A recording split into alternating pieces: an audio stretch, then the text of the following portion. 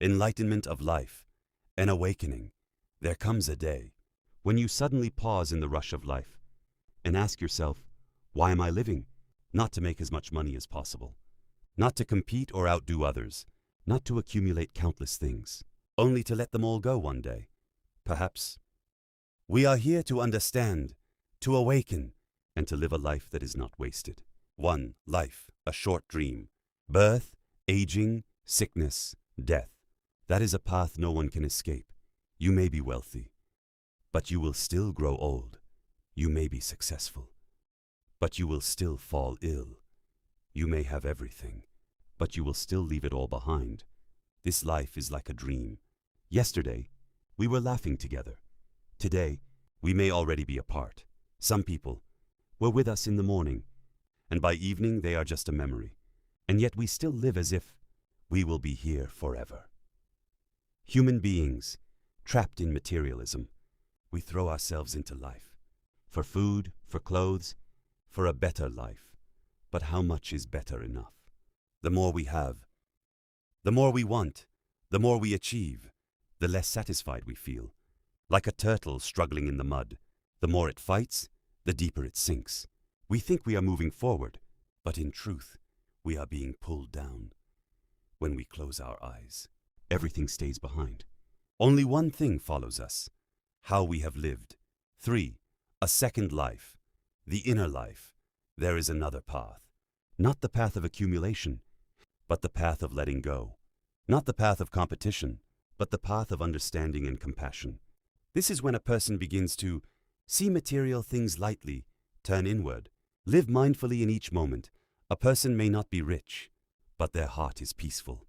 A person may not be famous, but their life is meaningful, and that is true wealth. 4. 3 perspectives for awakening. To truly understand life, we need 3 ways of seeing. See like a microscope.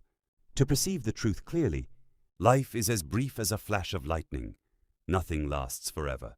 See like a mirror. To look back at yourself. Are you truly living, or merely existing? Are you genuinely happy, or just chasing illusions? See like a telescope. To look beyond this lifetime. If tomorrow were your last day, how would you live differently? 5. The most painful truth one day. You will leave this world. You cannot take with you money, houses, fame. You can only take your karma, your actions, what you have sown, and in that moment, everything becomes clear. So what does it mean to live meaningfully? It is not about living long, but living right.